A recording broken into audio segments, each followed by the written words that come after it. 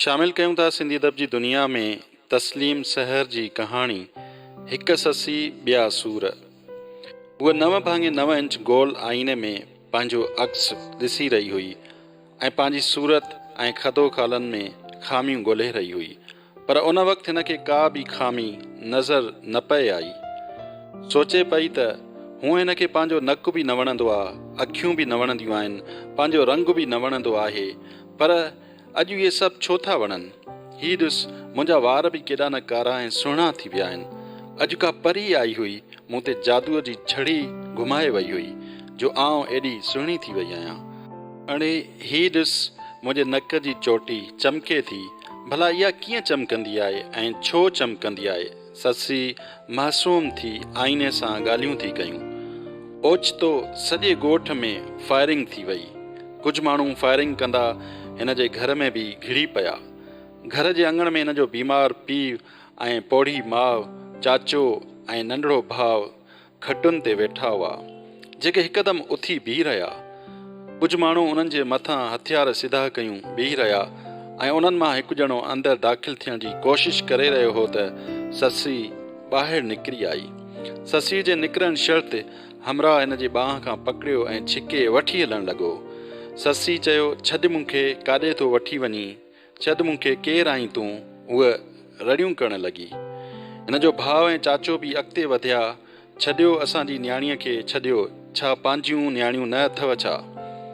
चाचे जे मथे में हिकिड़े बंदूक जो कुंदाक वहाए कढियो, जंहिंजे करे हू बेहोश थी किरी पियो ऐं उन्हनि मां हिकु ॼणे 2 गोलियूं हणी हिन जे मासूम भाउ जी छातीअ में लाहे छॾियूं।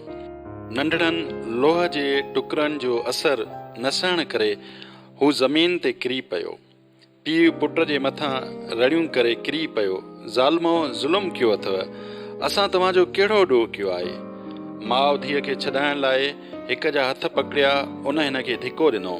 ससी भाऊ, चाचा, बाबा, अम्मा करे रड़ियूं कंदी रही, बाबा मूंखे बचाए, अम्मा मूंखे बचाए, कोई आहे जेको मूंखे बचाए, पर कोई बि न हो जेको उनखे बचाए।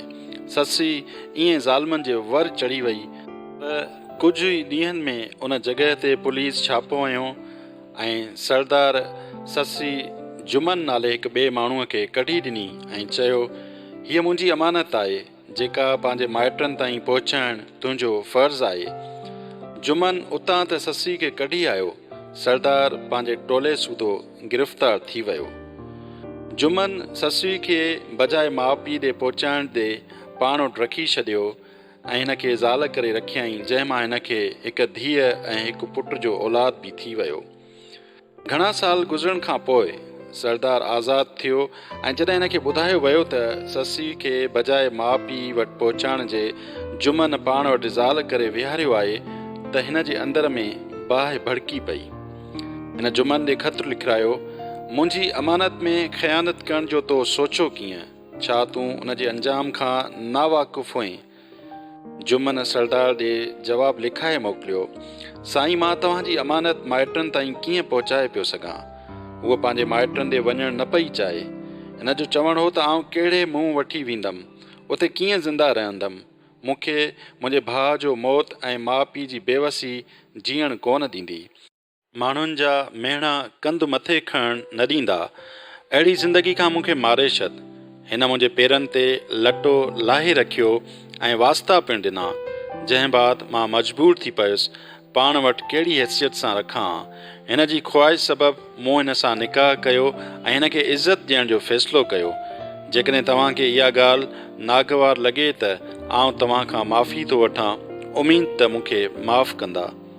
पर सरदार माफ़ कंदड़नि मां न हो। हिन उन ॾांहुं वरी हिकु ख़तु लिखाए मोकिलियो। जुमन अंजाम लाइ तयारु थी विए। जुमन पिणु जवाबु ॾिनो, साईं, हाणे ससी मुंहिंजी इज़त आहे ऐं जुमन एतिरो बेगरत नाहे, मां हर अंजाम लाइ तयारु आहियां।